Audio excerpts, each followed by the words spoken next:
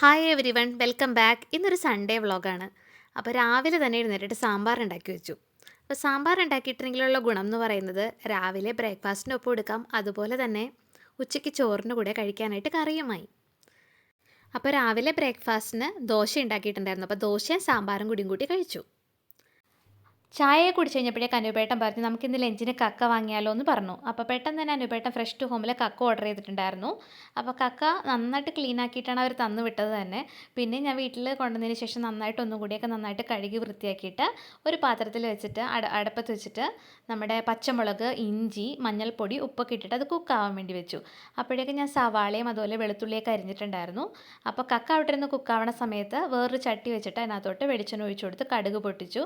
പിന്നെ നമ്മുടെ സവാള ചെറുതാക്കി അരിഞ്ഞത്, വെളുത്തുള്ളി ചെറുതാക്കി അരിഞ്ഞത് ഇട്ട് കൊടുത്തു. പിന്നെ കറിവേപ്പില മാഡ് ചെയ്തിട്ടുണ്ട്. പിന്നെ ഉപ്പും ചേർത്തിട്ട് നന്നായിട്ട് ഇളക്കി കൊടുത്തു. ഇനി അത് നന്നായിട്ട് വഴണ്ട് വരണ സമയത്ത് അതിനകത്തേക്ക് നമുക്ക് മസാലപ്പൊടികളൊക്കെ ആഡ് ചെയ്യാം.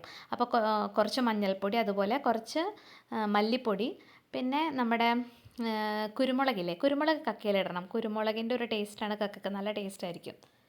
പിന്നെ അതുപോലെ തന്നെ നമ്മുടെ കുറച്ച് ഗരം മസാലയും കൂടി ഇട്ട് കൊടുത്തു. അതായത് നമ്മൾ എടുത്തിരിക്കുന്ന കക്കയ്ക്ക് ആവശ്യമായിട്ടുള്ള മസാലപ്പൊടികളൊക്കെ ആഡ് ചെയ്ത് കൊടുത്തു. പിന്നെ ആവശ്യത്തിന് മുളക് പൊടിയും കൂടി ചേർത്തിട്ട് നന്നായിട്ട് ആ പൊടികളുടെയൊക്കെ പച്ചമണം മാറുന്നത് വരെ നന്നായിട്ട് ഇളക്കി കൊടുത്തു. അപ്പോൾ ദേ ഇവിടെ മസാല മിക്സൊക്കെ റെഡി ആയിട്ടുണ്ട്. ഇനി നമുക്ക് കുക്കായി വന്നിട്ടുള്ള കക്ക അതിനകത്തേക്ക് ഇട്ട് കൊടുക്കാം.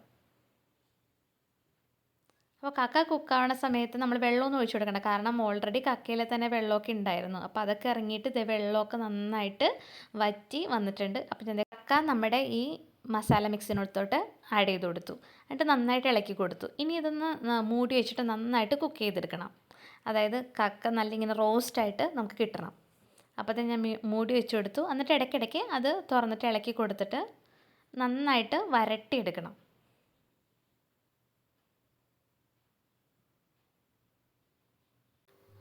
കക്കയൊക്കെ നന്നായിട്ട് റോസ്റ്റായിട്ട് ഇവിടെ വന്നിട്ടുണ്ട്. അപ്പോൾ കക്ക ഇങ്ങനെ റോസ്റ്റ് ചെയ്തുകൊണ്ടിരിക്കുന്നതിൻ്റെ ഇടയിൽ ഒരു എൻ്റർടൈൻമെൻറ്റിന് വേണ്ടിയിട്ട് ഞാനും പാച്ചും കൂടെ ഐസ്ക്രീം ഇരിപ്പുണ്ടായിരുന്നു, കോൺ ഐസ്ക്രീം ഇരിപ്പുണ്ടായിരുന്നു. അപ്പോൾ അതൊക്കെ അതിൻ്റെ ഇടയിൽ ഇരുന്ന് കഴിക്കുന്നുണ്ടായിരുന്നു. നമ്മൾ കുക്കിംഗ് ചെയ്യുമ്പോഴൊക്കെ ഇടയ്ക്കിടയ്ക്ക് എന്തെങ്കിലുമൊക്കെ കഴിച്ചുകൊണ്ട് എൻജോയ് ചെയ്തിട്ട് കുക്ക് ചെയ്തുകൊണ്ടിരിക്കുകയാണ്. അപ്പോൾ നമ്മുടെ നന്ദിനിയുടെ അടിപൊളി കോൺ ഐസ്ക്രീം ഉണ്ടായിരുന്നു.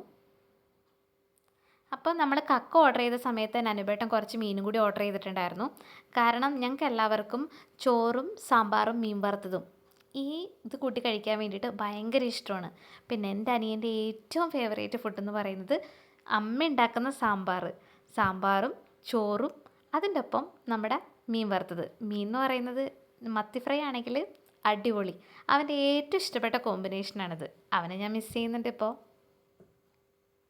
അപ്പോൾ നമ്മുടെ മീനും ഇവിടെ വറുത്ത് റെഡി ആയിട്ടുണ്ട്. അപ്പം ഇനി നമുക്ക് ചോറ് കഴിച്ചാലോ. അപ്പോൾ ചോറ്, നല്ല ചൂട് ചോറ് എടുത്തിട്ടുണ്ട് ഞാൻ.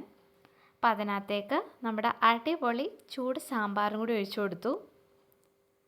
അപ്പോൾ എല്ലാ പച്ചക്കറി കഷ്ണങ്ങളൊക്കെ ഇട്ടിട്ടാണ് ഞാൻ സാമ്പാർ ഉണ്ടാക്കിയതെന്ന്. അപ്പോൾ സാമ്പാർ ഒഴിച്ചു കൊടുത്തിട്ടുണ്ട്. പിന്നെ നമ്മുടെ കക്ക റോസ്റ്റ് എടുത്തിട്ടുണ്ട്. പിന്നെ സൈഡിൽ നമ്മുടെ 2 മീൻ വറുത്തത് കൂടി വെച്ചിട്ടുണ്ടെങ്കിൽ എങ്ങനെയുണ്ട്, അടിപൊളിയല്ലേ. അപ്പോൾ എല്ലാവർക്കും ഇന്നത്തെ വീഡിയോ ഇഷ്ടപ്പെട്ടു എന്ന് വിചാരിക്കുന്നു. അപ്പോൾ എല്ലാവർക്കും താങ്ക്സ് ഫോർ വാച്ചിങ്. പിന്നെ എൻ്റെ അനിയൻ ഈ വീഡിയോ കാണുന്നുണ്ടെങ്കിൽ കൊതി വരുന്നുണ്ടോ സാമ്പാറും മീൻ വറുത്തതും കൂട്ടി ചോറ് കഴിക്കാൻ വേണ്ടിയിട്ട്? കാരണം അവനിപ്പോൾ സൗദിയിലാണ് വർക്ക് ചെയ്യുന്നത്. അപ്പോൾ അവനിത് കണ്ടപ്പോൾ കൊതി വന്നിട്ടുണ്ടാവും. എന്തായാലും thanks for watching. Bye bye.